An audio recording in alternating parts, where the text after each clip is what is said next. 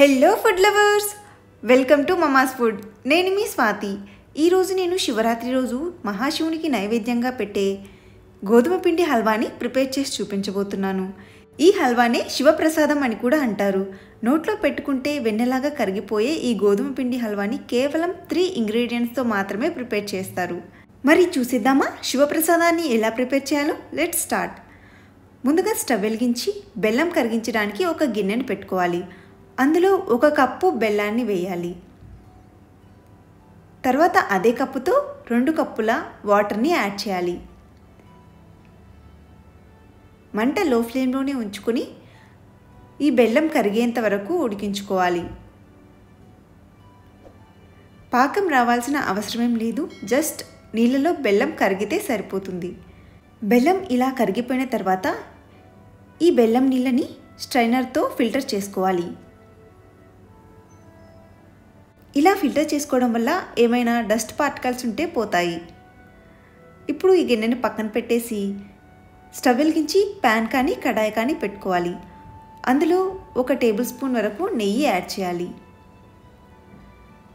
నెయ్యి వేడైన తర్వాత ఇందులో డ్రై ఫ్రూట్స్ని వేసుకుని ఫ్రై చేసుకోవాలి. మీకు నచ్చిన డ్రై ఫ్రూట్స్ని మీరు యాడ్ చేసుకోవచ్చు. నేనైతే ఇక్కడ జీడిపప్పు పలుకులు, బాదం పప్పు పలుకులు, కిస్మిస్ని యాడ్ చేశాను.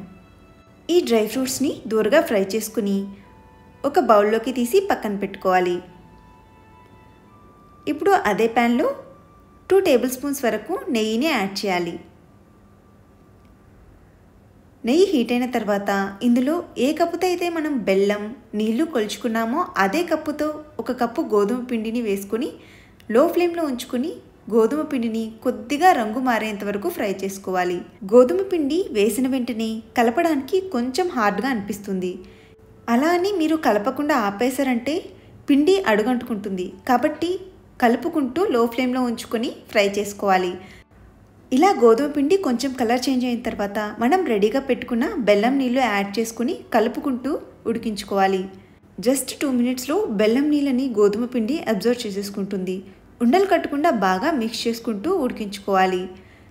ఇలా గోధుమ పిండి బెల్లం నీళ్ళని అబ్జర్వ్ చేసుకున్న తర్వాత ఇందులో మరొక 1 టేబుల్ స్పూన్ వరకు నెయ్యి యాడ్ చేసుకోవాలి.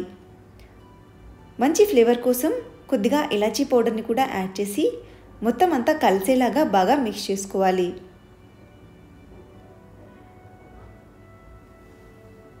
ప్యాన్కి అంటుకోకుండా హల్వా సపరేట్ అయిపోతుంది. చూసారా? ఇలా ఉంటే మనకి హల్వా రెడీ అయిపోయిందని అర్థమండి. ఇప్పుడు ఇందులో డ్రై ఫ్రూట్స్ని యాడ్ చేసి మొత్తం అంతా కలిసేలాగా బాగా మిక్స్ చేసుకోవాలి. ఇలా మిక్స్ చేసిన తర్వాత స్టవ్ ఆఫ్ చేసి నైవేద్యంగా సమర్పించుకోవడమే. అంతే, శివప్రసాదమైన గోధుమ పిండి హల్వా తయారైపోయింది. శివరాత్రి రోజు పొద్దున పూజ చేసేటప్పుడు కానీ, ఈవినింగ్ ఉపవాసం విరమించుకునే ముందుగా పూజ చేస్తాం కదా, అప్పుడు కానీ ఈ శివప్రసాదాన్ని చేసి నైవేద్యంగా పెట్టొచ్చు. చూసారు కదండి గోధుమ పిండి హల్వా ఎలా ప్రిపేర్ చేయాలో. మీకు నచ్చిందా? అయితే తప్పకుండా ట్రై చేసి మీకు ఎలా వచ్చిందో నాతో కామెంట్స్లో షేర్ చేసుకోండి. వీడియో నచ్చితే లైక్ చేసి మీ ఫ్రెండ్స్తో, రిలేటివ్స్తో షేర్ చేసుకోండి. ఇంకా ఇలాంటి మరిన్ని tasty, simple and quick recipes కోసం మన ఛానల్ని సబ్స్క్రైబ్ చేసుకోవడం మర్చిపోకండి. Thank you for watching.